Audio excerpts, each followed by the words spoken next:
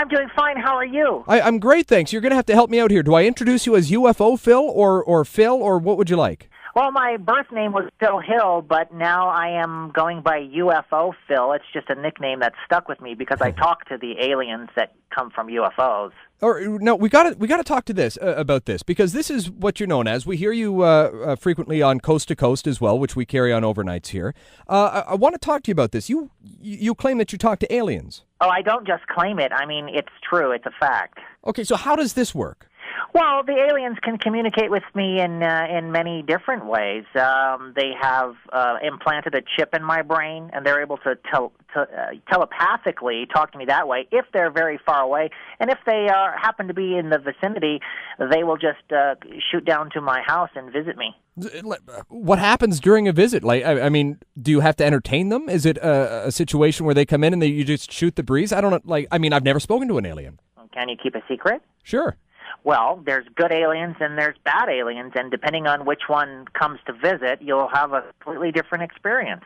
Give me an example. What was the last visit? Well, Zaxxon, he's the leader of the good aliens. He will visit me quite often, and so, you know, when the good aliens visit you, well, let me back up for a second. Let's talk about the bad aliens first. Sure. Let's get that out of the way, because then we can move on to something positive.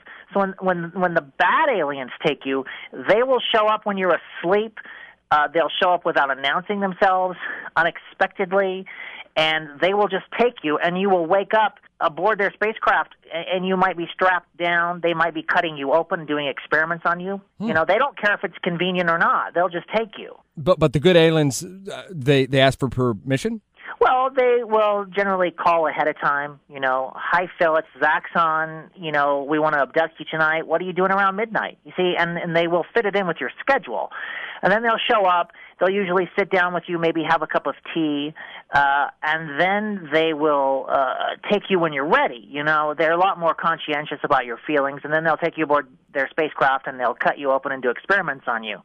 But the difference really is it's more convenient to your schedule. Speaking with UFO Phil, better known or lesser known, I guess, as Phil Hill, UFOphil.com is the website, and you can get all sorts of information.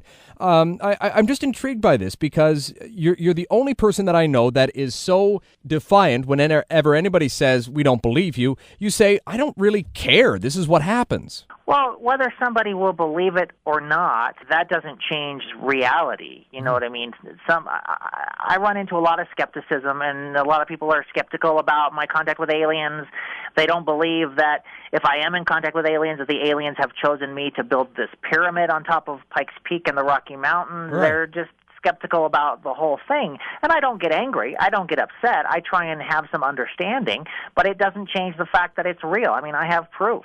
Oh, you okay. What's the proof? Well, can you keep a secret? Absolutely, Phil. Well, I have a picture of Zaxxon right here. He's the leader of the good aliens. He posed for a picture with you? Well, he did. He doesn't allow flash photography or really any kind of photography at all, but it's a sketch.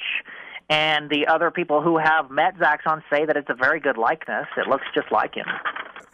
I guess what some people might say is, well, you don't really have any proof. You've just got a sketch. Yeah, well, it's a very good likeness. He has very good skin. And if you ever met him, you would see that it looks just like him. Speaking with Phil Hill, better known as UFO Phil. UFOphil.com is the website. UFO Phil has been, well, you probably would have heard him overnight on Coast to Coast, where you're a fairly regular guest there. I know that you've also been on the Tom Green Show and all sorts of things. You've even got your own movie as well, UFO Phil, the movie that you can grab off of your website, UFOphil.com. Now let's get back to this story here where your name first came out over the last week, let's say. You want to build a pyramid on Pikes Peak? Yeah, Zaxxon, he's the leader of the good aliens. He has contacted me and given me the plans for building a pyramid. It's exactly the same size as the Pyramid of Giza when it was first built.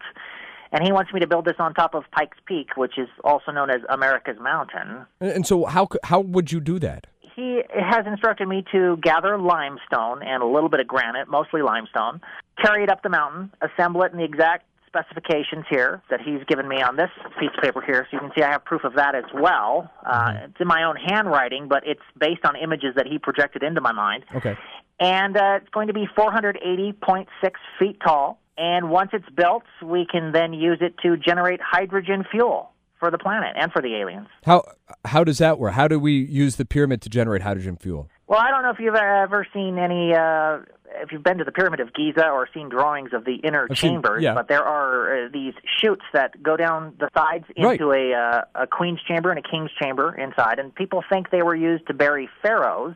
Not true. The aliens would put certain chemicals into one side and then chemicals into the other side, and then they would mix in the middle in the chambers and form hydrogen gas, which would then float to the top, and it could be collected by alien craft. So, I see. So essentially what you would be doing is you would be building this. They would come in with the chemicals to put in, and they would be using it to gas up before they went somewhere else. That's wild. UFO Phil joining us. UFOphil.com is the website. You can order the movie that basically tells the entire story about UFO Phil right off of his website. There are some people that say that you're a character, that I'm not actually speaking to Phil Hill. I'm speaking to UFO Phil UFO Phil, a creation of Phil Hill. What do you say to that? All I can say is that when I wake up in the morning, I'm the same person that I am when I go to bed at night. And as far as I know, when I look in the mirror, that's who I am. So I don't really understand the other thing. Some people have accused me of being Zaxxon, which is ridiculous because I don't have his strength or his power. I'm not 9 feet tall. How many people do you figure Zaxxon, like, does he tell you, I can't stay long, I've got to visit somebody else? Like, does he visit other people?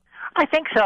There's other people, like I say, there's about half a dozen that I know of. Now, he won't tell me who they are, and he won't give me their email addresses. Mm-hmm. But he does visit them, and I believe that he travels to other planets as well. Mm-hmm. And, originally when they built Giza, now Zaxxon wasn't around when they built Giza. He is a descendant of those original aliens. They've given him the plans, but what he's told me is that they would collect hydrogen from the pyramids here, and then they would travel to other planets where they would also find other pyramids that had built in other places. So where is he coming from? How far away? Oh, from planet Zaxxon. I couldn't tell you in miles how far it is. I'm usually blindfolded during the journey. It's very quick to get there, too, because their ships are so fast, so it's hard to judge distance. How come we haven't seen a ship? Oh, they're up there all the time. They do tend to fly around at night, and then they have a cloaking ability as well if they do have to be down closer to the Earth. But they also will fly like on a, recently they had to come down and assemble a lot of ships here just a couple weeks ago. And you remember we had that giant storm, and if you saw satellite imagery, you saw a huge cloud over the entire North American continent. Yeah. They will create these clouds, and they will use them to hide. So when we look up, we don't see them. Well, let me ask you, this pyramid that's going up on Pikes Peak, when are you going to start bringing up the limestone and everything like that? Well, really, as soon as I have the materials, I've been digging for limestone myself around Colorado, and I haven't found any. I've actually managed to upset a few people because I've created some potholes, but so I'm looking for somebody maybe who owns a quarry or who has access to limestone to donate the materials. Phil, thanks so much, and best of luck with everything going on in Pikes Peak. Thanks. Can I put you down to help carry limestone bricks? They're very heavy. We're going to need about 60 people for each brick. I tell you what, I promise you, if I can make it work into my schedule, that I'll make it there. Okay, that's great.